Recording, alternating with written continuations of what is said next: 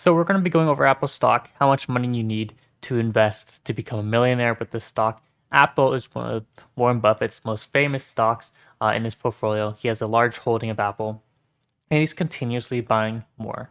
So not only is Apple a great growth stock, they also offer a dividend yield of 0.68%. Now that's not that high compared to other dividend stocks, but with a great growth chart such as Apple, offering a dividend is just icing on the cake and definitely a new no-brainer for people to hold this stock in their portfolios over the long term. If we take a look at the average return of Apple in the past 15 years, it's returned an average of 22%. Now that's a pretty high average considering the S&P 500 average return is just under 10%. So it's doubling the S&P 500, very, very great stock, and I'm holding a ton of shares in my portfolio, my long-term portfolio.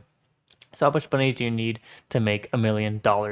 If you have an initial investment of $1,000 and we have an estimated length of 40 years, I'm assuming most of you guys are in your mid 20s, late 20s, and we have an estimated interest rate conservatively of 20%. As we saw, the average return is 22.482%.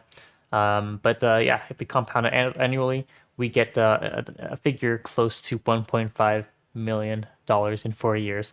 So as you can see, if you're patient, if you're willing to buy and hold for long term, you can make a ton of money. So now let's say we start with $1,000, but our monthly contribution is going to be $500 per month.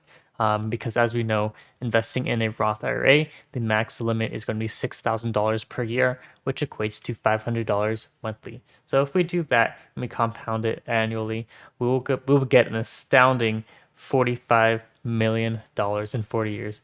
Now this is pretty optimistic. Apple has already grown so much, but if it can continue its 20% yield every single year, then we'll be making a ton of money in the long run. And this is really how a lot of people get rich. That's how Warren Buffett got rich, buying and holding for long term, growing the portfolio. Don't panic sell and buy when stocks are going down.